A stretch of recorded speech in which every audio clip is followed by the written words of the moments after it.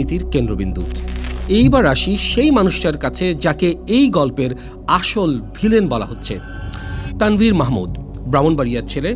1987 সালে ব্রাহ্মণপাড়া স্কুল থেকে এসএসসি এবং 1989 সালে আখাউড়া শহীদ স্মৃতি কলেজ থেকে এইচএসসি। এটা প্রথম আলোতে ছাপা তার নিজের 2012 সালের 18 আগস্টের জবানবন্দি থেকে নেওয়া। সেখানে তিনি নিজেই বলেছেন 1996 সালে বাবার কাছ থেকে 10 লাখ টাকা ধার নিয়ে কাফরুলের তালতলায় একটা ছোট প্যাকেজিং ফ্যাক্টরি ভাড়া নিয়েছিলেন।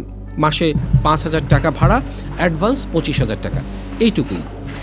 একদম তলানি থেকে শুরু, গার্মেন্টস কর্মী হিসেবে কাজ, ছোট মুদির দোকান, একটু একটু করে এগোনো। আর এই একই মানুষটা এক দশকের ভেতরে হয়ে উঠবে দেশের সবচেয়ে বড় ঋণ কেলেঙ্কারির মাস্টারমাইন্ড। প্রশ্ন হচ্ছে কিভাবে? উত্তর একটা, সম্পর্ক।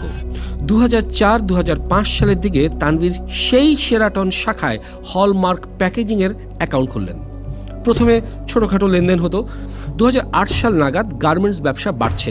সোনালী ব্যাংক থেকে ছোট ছোট ঋণ নিয়ে মানুষ নতুন নতুন কারখানা দিচ্ছে। কিন্তু এখানেই গল্পের টুইস্ট। তানভীর শুধু কারখানা বাড়াচ্ছিলেন না, তিনি সম্পর্ক বাড়াচ্ছিলেন ব্যাংকের কর্মকর্তাদের সঙ্গে, প্রভাবশালী মানুষদের সঙ্গে, রাজনৈতিক নেতাদের সঙ্গে।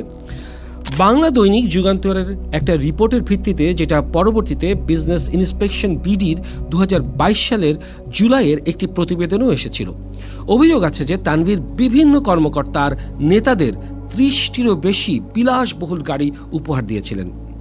বলে রাখি, এই অভিযোগটা মূলত একটা বাংলা দৈনিকের সূত্রে এসেছে, কিন্তু কোনো প্রথম শ্রেণীর ইংরেজি দৈনিক বা বাংলা দৈনিক এটা আলাদাভাবে নিশ্চিত করেনি।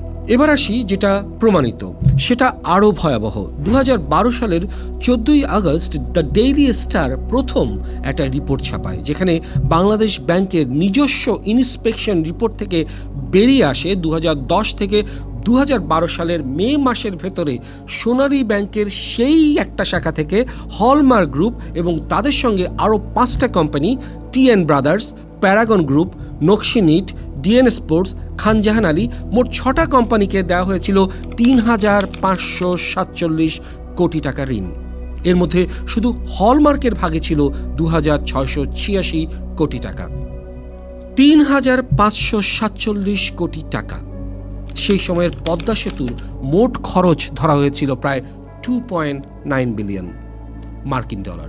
মানে এই 6টা কোম্পানি যে টাকাটা নিয়ে গেছে বা ঋণ হিসাবে পেয়েছিল, সেটা ছিল মোট পদ্মা সেতুর খরচের 15%।